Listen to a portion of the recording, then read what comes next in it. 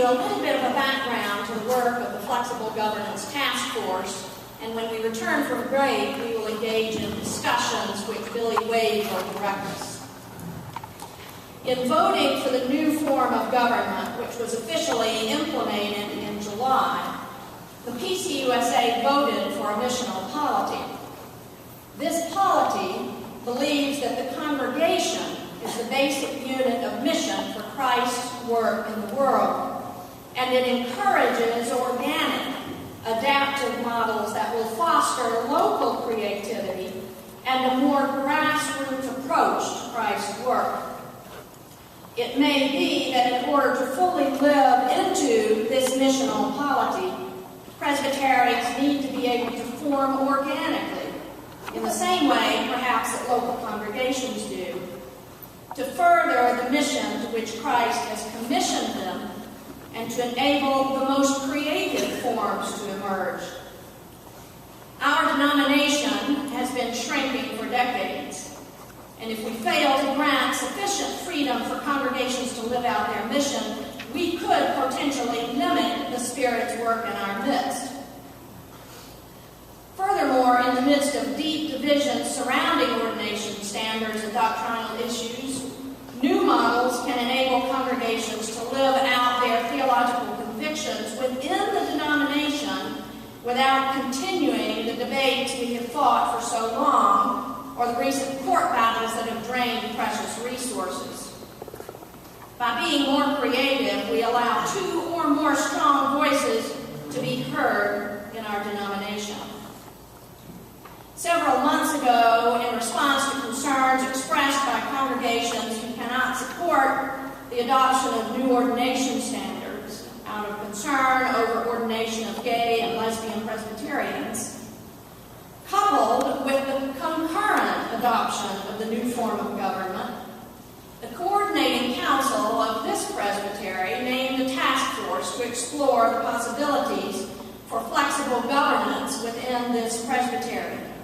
We have been called the Flexible Governance Task Force. The new form of government gives us an opportunity to address these and other concerns while also devising a way of relating to one another that moves us beyond the fractured context in which we currently govern ourselves. The Flexible Governance Task Force had a number of meetings over a period of several months. We had extensive discussions about whether or not there was need for any change at all. We heard reports from recent listening sessions in Presbytery of Greater Atlanta, and we did some listening of our own. We began to explore what it might mean to live out our mission in different ways. We discussed what it might look like to come together for worship, for prayer, and to resource one another for mission, rather than to engage in debates and legislative battles. We then explored a number of possible models of flexible governance. Today's conversation following the break in worship has several goals. First, to place before you two ideas currently under consideration by this task force. Next, to foster discussion about these ideas. To solicit feedback from you about the ideas. And to ask if there are other ideas which we may not have considered, but ought to be considered by us. Something that is specifically and noticeably absent from today's discussion are the operational details that might be contemplated by either of the models we will put before you. At the appropriate time, those details will need to be worked out in consultation with the appropriate committees, staff, and polity experts to assure that we are in compliance wherever required. If you're like me, this lack of details will be highly unsatisfactory to some of you, but we would ask for you to hold that discussion for a later date. Today is a time to discuss ideas. I would like to introduce to you the members of the task force so that you have an idea of who has been working. Ramona Lavender, Charles Mosley, elder at Trinity Presbyterian, who was not able to be here today because of prior commitments. Leslie Prince, elder at Morningside, if you all will stand. Jan Warren Taylor, minister at St. Andrews. Caroline Kelly, minister at Central. Fred Bryant, elder at Peachtree City. Billy Wade, minister at Covington.